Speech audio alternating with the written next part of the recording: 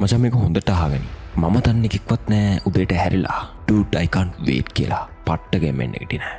ඇත්තටම උදේට හැරෙන එක මාරම බෝරින් වැඩක්. එළියේ තියෙන්නේ මහ වැස්ස. ඇඳෙන් බැලලා කොහේ හරි දුවන්න ඔබට පොඩ්ඩක් අත හිතෙන්නේ නෑ. හැබැයි ඔබට දිනන්න ඕනේ නම් ඔබ නැගිටින්නම ඕනේ. මචං මම මෙච්චර කියනවා. ඔබට හිතුන්නේ නැද්ද? ඇයි උඹ දුවන්න ඕනේ කියලා? ඔබ ඒකට මේ ලෝකෙ තියෙන හැම දෙයකටම වඩා ඔබ වෛර කරනවා ඇති. හැබැයි ඒක කරන්න ඕන ඒකට පණ වගේ ආදරය කරන විදියට. එතකොට තමයි උඹට ඒ ග්‍රේට්නස් එක, ඒ ශ්‍රේෂ්ඨත්වය හම්බ වෙන්නේ. උඹ මේ ට්‍රේනින් වෙන්නේ රේස් එකකට නෙවෙයි. උඹ ට්‍රේනින් වෙන්නේ මුළු ලයිෆ් එකටමයි. මචං උඹට කරන්න තිබ්බ වැඩ ටික උඹ මග හැරියම ඒක උඹ හිතට වද දෙන්න ඕනේ. මචං ඒක ලොකු දෙයක් නෙමෙයි. මේක හිත කරන්නම් කියලා ඔබ හිතනවා නම් ඔබ තාම මෙතනට ඇවිත් නැහැ. මොකද ඔබට තියෙන්න ඕනේ රියල් වොරි ඇටිටියුඩ් එකක්. මචං මේක ලේසි නෑ. මේක හැමෝටම කරන්නත් බෑ. අනිත් හැමෝම දෙනවට වඩා දෙයක් ඔබ මේකට දෙන්න ඕනේ. හැබැයි ඔබට පුළුවන් නම් ඩිසිප්ලින් එක හදාගන්න. ඔබට පුළුවන් නම් අතහරින්න නැතුව ඉන්න. ඔබට කවදාවත් පරදින්න බෑ. නිකමට හිතපන්. ඔබ මේ දේ කළේ නැත්තම් ඔබේ ජීවිතේ මොන වගේ වෙයිද? ඔබේ ටාගට් ඔබ ගොඩනැගුවේ නැත්තම් ඔබ මැරෙන දවසේ ඔබ මොනවා කියයිද? බ්‍රදර්, ඔබේ මේ හීනය කවදාවත් මැරෙන්නේ නෑ. ඒක තමයි ඔබේ පර්පස් එක.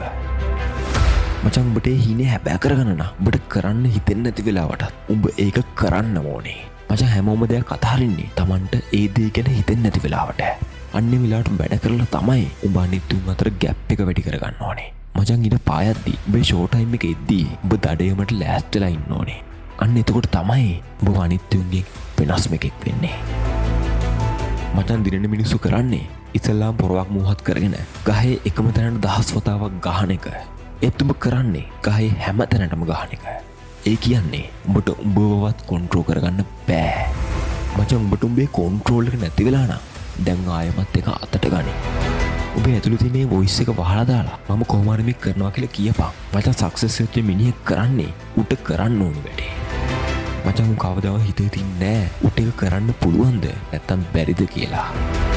උදේ පහට ළමෙක් වදිද්දී කාටවත් නැගිටින්න හිතෙන්නේ නෑ. හැබැයි උඹ නැගිටින්න ඕනේ. මොකද උඹ විනා කෙනෙක්. මචං උඹට කොහොමද දැනනවද කියන එක වැඩක් නැහැ. උඹට කොච්චර මාසෙද කියන එකත් වැඩක් නැහැ. හැබැයි උඹට එන ඒ හැම අභියෝගයක්ම උඹ කරලා පෙන්නපන්. උඹේ මයින්ඩ් එක මට බෑ මහන්සි කියද්දි උඹ කමාන්ඩ් එක වෙන්න ඕනේ. උඹට මේක කරන්න පුළුවන් කියන එක.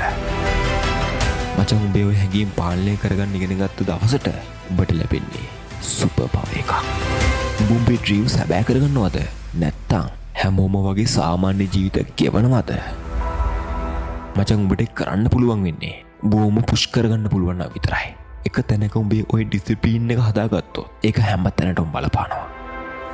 මචං උඹ අදීදා අලුත් මිනිහෙක් විදියට එළියට වරෙන්. හිතමු උඹ කොච්චර කාලයක් නාස්ති කරලා තියනවද කියලා. අපි ජීවිතෙන් තුනෙන් එකක් නිතියනවා. ඒ මදිවට නිමාඩු දවස් හොයනවා. කාලය ඉවර වීගෙන යනවා. කාලයට වැඩක් නැහැ. ඒක නිමාඩු දවසක්ද නැද්ද කියලා. උඹට තියෙන්නේ තව සීමිත කාලයක් විතරයි.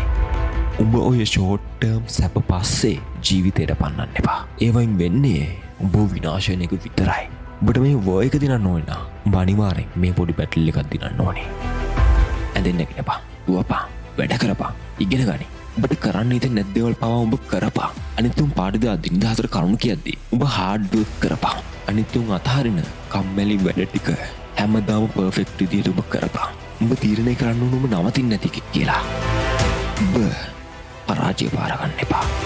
මචං උඹ දැන් දරුවෙක් නෙවෙයි. උඹ වැඩිහිටියෙක්. ඒක කරලා පෙන්නපන්. මහන්සි වුණොත් නැතත් ඒක කරපන්. මිනිහෙක් කියන්නේ එයාගේ වචනයට මිසක් ඉමෝෂන්ස් වලට නෙවෙයි.